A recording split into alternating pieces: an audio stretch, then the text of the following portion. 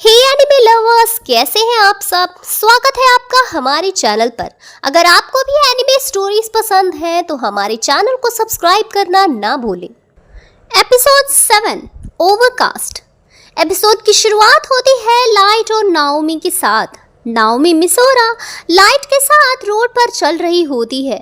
Light के दिमाग में एक ही चीज चल रही है, अगर ये पुलिस हेडक्वार्टर्स पहुंच गई और एल को सब कुछ बता दिया तो मैं तुरंत एक्सपोज हो जाऊंगा। मुझे इसे अभी रोकना होगा। लाइट के अंदर पैनिक भी है और कैलकुलेशन भी। उसके पास बस थोड़ा सा ही वक्त है। लाइट चलते चलते कैजुअली अपना डेथ नोट का पेज निकालता है। उसने जो नाम सुना था शोको माँ की, उसे लिख देता है डेथ नोट में। साथ ही कॉज ऑफ डेथ भी लिखता है। अपनी जान ले लेगी ऐसे तरीके से जहां उसकी बॉडी कभी ना मिले, और ये अगले 48 घंटों के अंदर होगा। घड़ी की सेकंड हैंड घूमती है लेकिन नाओमी बिल्कुल ठीक चल रही होती है। लाइट तुरंत समझ जाता है कि उसने अपना गलत नाम बताया था। लाइट के दिमाग में फ्लैश होता है, जब नाओमी ने पहले अपना नाम बताया था उस वक्त रियूक हंस रहा था। लाइट तब इग्नोर कर गया था, लेकिन अब उसे समझ आ गया कि रियूक को ऑलरेडी पता था कि ये नाम फेक है। रियूक लाइट को टीज करता है, लेकिन लाइट कंसंट्रेट करता है अपने अगले स्टेप पर। लाइट समझ जाना है कि नाओमी एक एक्स FBI एजेंट है, बहुत ही शार्प और कॉशियस। उसे बिना ट्रस्ट बनाए अपना असली नाम रिवील करवाया ही नहीं जा सकता। अब लाइट उसे मैनिपुलेट करना शुरू करता है। Sympathy card. लाइट नाओमी को इनडायरेक्टली दिखाता है कि वो रे पेनबर्ग की मौत से जेन्युइनली दुखी है। नाओमी के फियांसे की डेथ का जिक्र करते ही नाओमी की आंखों में आंसू आ जाते हैं और वो इमोशनली वीक पड़ जाती है। Authority bulb. लाइट अपनी बात में एक पुलिस का बेटा होने की क्रेडिबिलिटी डालता है। वो सबके हिंट देता है कि उसके फादर काफ़ी हाई पोजीशन पे हैं और नाओमी की इन्वेस्टिगेशन में मदद कर सकते हैं। नाओमी अब सोचती है ये लड़का सच में ट्रस्टवर्दी लगता है।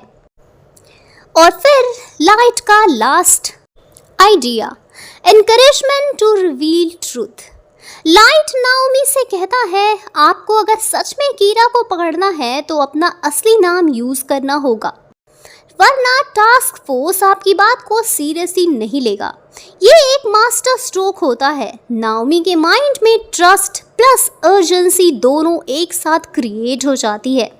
नाओमी पहले थोड़ा रुकती है। उसे लगता है अगर वो अपना असली नाम रिवील करेगी तो शायद वो वल्नरेबल हो जाएगी, लेकिन लाइट की काम और कॉन्फिडेंट बातों ने उसके डाउट्स धीरे धीरे खत्म कर दिए थे। सीन कट होता है पुलिस हेडक्वार्टर्स में। एल और टास्क फोर्स मेंबर्स एक मीटिंग में बैठे होते हैं।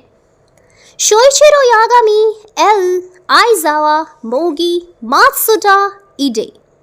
टॉपिक था FBI एजेंट्स की मिस्टीरियस डेथ।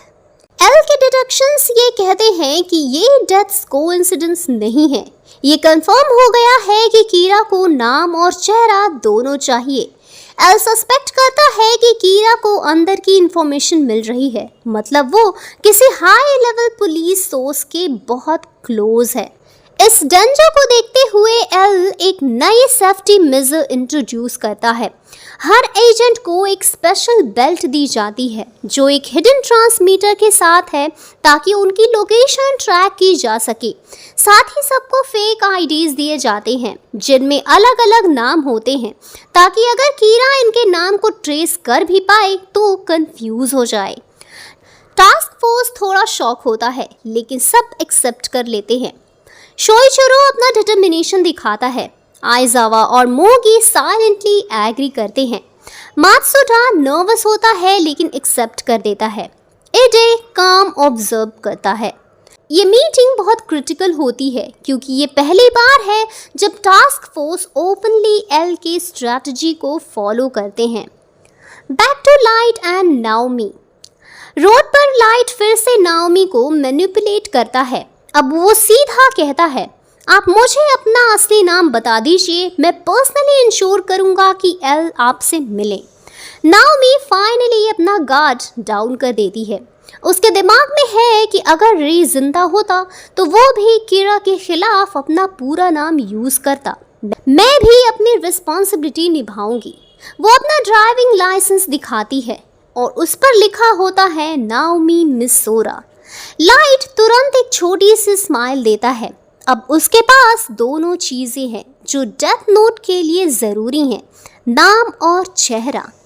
लाइट अपना डेथ नोट का पेज सब्टली निकालता है और नाओमी मिसोरा लिख देता है, वैसे कॉज के डेथ के साथ सुसाइड बॉडी कभी ना मिले। जैसे ही वो लिखता है, नाओमी की आंखें कुछ सेकंड के लिए ब्लैंक हो जाती हैं। लाइट धीरे से कहता है, because I am Kira. Naomi shock होती है, पर फिर एक अजीब कामनेस के साथ कहती है, मुझे कुछ ज़रूरी काम है। वो पलटकर चल देती है अपनी मौत की तरफ। कैमरा उसकी पीठ को दिखाता है और धीरे धीरे वो भीड़ में गायब हो जाती है। दूसरी तरफ हेडक्वार्टर्स में एल टास्क फोर्स को श्योर करता है, अब कीरा को हराना मुश्किल है लेकिन नामुमकिन नहीं है। हमारे पास नए क्लूज हैं। एल क्वाइटली अपना चाय स्टर करता है। उसकी आंखों में एक बर्निंग डिटर्मिनेशन है। लाइट घर पहुंचकर अपना विक्ट्री मोमेंट एंजॉय करता है। वो सोचता है, मैंने एक एक्स FBI एजेंट को बिना किसी ट्रेस के एलिमिनेट कर दिया, अब कोई मुझे रोक नहीं सकता।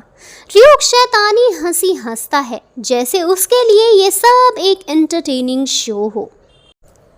एपिसोड एक चीलिंग नोट पर खत्म होता है। नाओमी मिसोरा एक इंटेलिजेंट औरत जो कीरा को एक्सपोज कर सकती थी, बिना ट्रेस के दुनिया से गायब हो जाती है और टास्क फोर्स बिना जाने अपने सबसे बड़े विटनेस को खो देता है। एपिसोड यहीं पे एंड होता है और अब बारी आती है इस एपिसोड की हिडन मिस्ट्रीज का।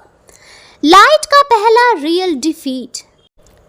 जब लाइट शो को माँ की लिखता है और कुछ नहीं होता, वो पहली बार जेन्युइनली नर्वस और हेल्पलेस लगता है। ये हिडन मोमेंट हमें बताता है कि डेथ नोट की पावर के बावजूद लाइट की जीत गारंटीड नहीं है। ये पहला सब्टल सिग्नल है कि कीरा भी फेल हो सकता है। Naomi's last chance to win. Naomi एक एक्स FBI एजेंट होने के बावजूद बस एक कदम दूर थी सच रिवील करने से। अगर वो अपना असली नाम बिना ट्रस्ट की डायरेक्टली टास्क फोर्स को बता देती तो कीरा तुरंत पकड़ा जा सकता था। ये हिडन आयरनी है, सच लिटरली लाइट के सामने था, लेकिन एक इमोशनल वीकनेस ने सब कुछ खत्म कर दिया। The disappearance symbolism. नाओमी का बॉडी कभी नहीं मिला, एक नॉर्मल कॉज ऑफ डेथ नहीं है। ये एक्चुअली एक सिंबलिक लेयर है। सच को कीरा ने दुनिया से मिटा दिया। एल और टास्क फोर्स के लिए ये और भी डेंजरस है, क्योंकि एक सबूत के बिना केस और भी वीक हो जाता है। Parallel moves, light versus L. इस एपिसोड में एल अपने एजेंट्स को फेक IDs और ट्रैकिंग बेल्स देता है। हिडन डिटेल ये है कि नाओमी अगर थोड़ा और वेट कर लेती तो उसका असली नाम भी सेव होता, क्योंकि एल उससे प्रोटेक्ट करने के लिए ऑलरेडी सिस्टम बना रहा था। मतलब एक पल की देरी ने दोनों साइड के बैलेंस को बदल दिया। Because I am Kira, the fatal arrogance. Light Naomi को अपनी आइडेंटिटी खुद बताता है, बस इसलिए क्योंकि 100% उसे यकीन हो गया था कि वो अब मर जाएगी। ये एरोगेंस एक हिडन फोर्स शैडोइंग है। लाइट अपनी स्मार्टनेस और डेथ नोट की पावर पर इतना ओवर कॉन्फिडेंट हो जाता है कि फ्यूचर में वही उसके डाउनफॉल का सीड बनेगा। तो दोस्तों, ये थी एपिसोड 7 की फुल स्टोरी। अगर स्टोरी पसंद आई हो तो चैनल को सब्सक्राइब करें, वीडियो को लाइक करें और अपने फ्रेंड्स के साथ शेयर ज़रूर करें। अपने थॉट्स कमेंट में ज़रूर लिखें कैसी लगी आपको ये स्टोरी। मिलते हैं इसके अगले एपिसोड में। Till then bye bye.